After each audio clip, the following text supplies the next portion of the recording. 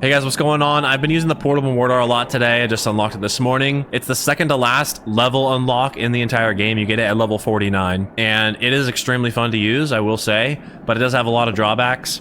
Overall, I do really like it, so we're going to break it down today, tell you all the in and outs, and show you kind of how you want to be using this thing. So first of all, let's go over the description. It's a man-made indirect fire weapon that launches high explosive shells designed to strike defensive positions and disperse infantry, or smoke shells to conceal troop movement. Aim via the minimap or manually. Once fired, the mortar will be spotted, marking its position in-world and on the enemy's minimap. Weapon accuracy increases with continuous shots in the same location.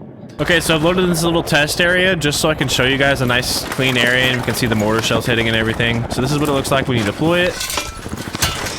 And then you'll hop on, and in the middle right here of your screen, you can see there's that big light coming down. That's basically the mortar's area, so you can see it in-world.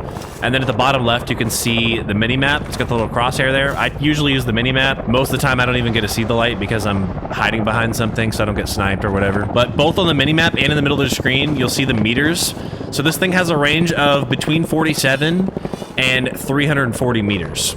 So it can cross most of the maps, but you're not going to be firing across the entirety of Operation Firestorm or anything like that. So it does have two shells. So there's the normal shell here. So I'll fire like two of those. And this is me holding down the trigger. That's the fastest it's going to fire. That's the fire rate right there. So there's two shells. And the time to splash when the shell hits is anywhere between 7 and 11 seconds. I've noticed that the closer you fire it, the longer it takes to hit the ground. So it's about 11 seconds when you fire it at the closest. If you fire it like max range, it's usually like 7 seconds. 1, 2, 3, 4, 5, 6, 7. So there you go. 7 seconds, pretty much on the money. Like I mentioned before, this does have two different ammo types. There's the normal explosions, and then there's also the smokes. I wouldn't even bother with the smokes. Frankly, I think these need a massive buff, and I'll show you guys here why right now. You can see for yourself. So I fired two smokes right there. These things are basically a joke. There's no reason to use them at all. So there's your little poof of smoke. There's like nothing there. It looks like Snoop Dogg took his lunch break right here, and that's about it. That's all you get. It lasts maybe like 6 or 7 seconds. So the tooltip for this also mentions the longer you fire in the same spot, the more accurate it gets. I haven't really noticed that, but one thing I kind of have noticed is that the closer you fire this, the less accurate it kind of seems to be. So like if I fire a shot here at 50 meters, I'm gonna guess that it's not gonna hit the guy directly. It could, but it probably won't. And we'll see right here in a second. So yeah, I went way to the left, not even close. And then we'll fire one kind of back here on these guys. I think they're kind of clustered up. About 102 meters. Let's fire a shell there and see where that goes.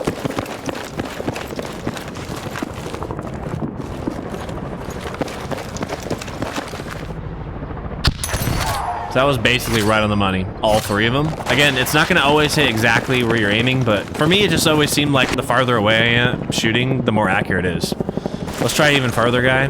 So there, this is 200 meters. And I probably need to do a little more testing on this to see if there's anything, like if you're moving like this and then you decide to shoot, if it's gonna be more inaccurate.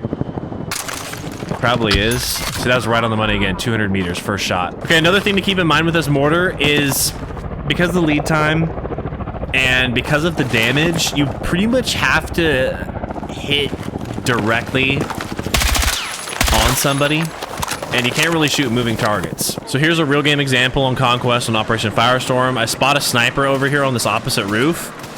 I decide I'm gonna take him out. So I deploy behind here, and I kind of guess where he's at. So I fired two shells at this one spot right here down at the mini-map. You can see where I'm aiming. And then I think I move a little, yeah, I move a little bit and I fire a third shot. And it ends up killing him on the first shot. So it's pretty accurate and it does pretty good damage as long as the target isn't moving. So that's one really good use for the mortar is counter sniping. And here's the second good use case for this. I use Breakthrough as an example because it's more of a controlled mode where people are forced to be closer to each other and there's more focused engagement, so it's a lot easier to hit multiple enemies and hit enemies in general because they're going to be in more centralized locations, as opposed to Conquest where everybody's kind of just all over the place and your best bet is just hitting snipers on rooftops. This, it's a lot easier to hit pretty much anybody that's on an objective. So this is on Breakpoint in Mirak Valley, and I launch a few shells over here at Alpha, because you can see down there on the mini-map, there's quite a few red dots there, and my squad mates are calling out to hit that location. So right there, I get a double kill. And I don't know how many troops are there. There's a triple quad kill.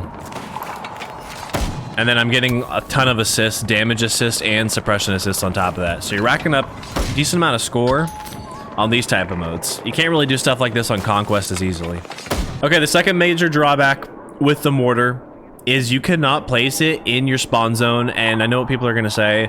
I'm not talking about on defense or on Conquest or any of that stuff. I'm talking about like offense on Rush and Breakthrough. So for example, Mirak Valley here, if I was the attacking team, you can't place the mortar anywhere in this red area, which basically means you have to be on A to place your mortar.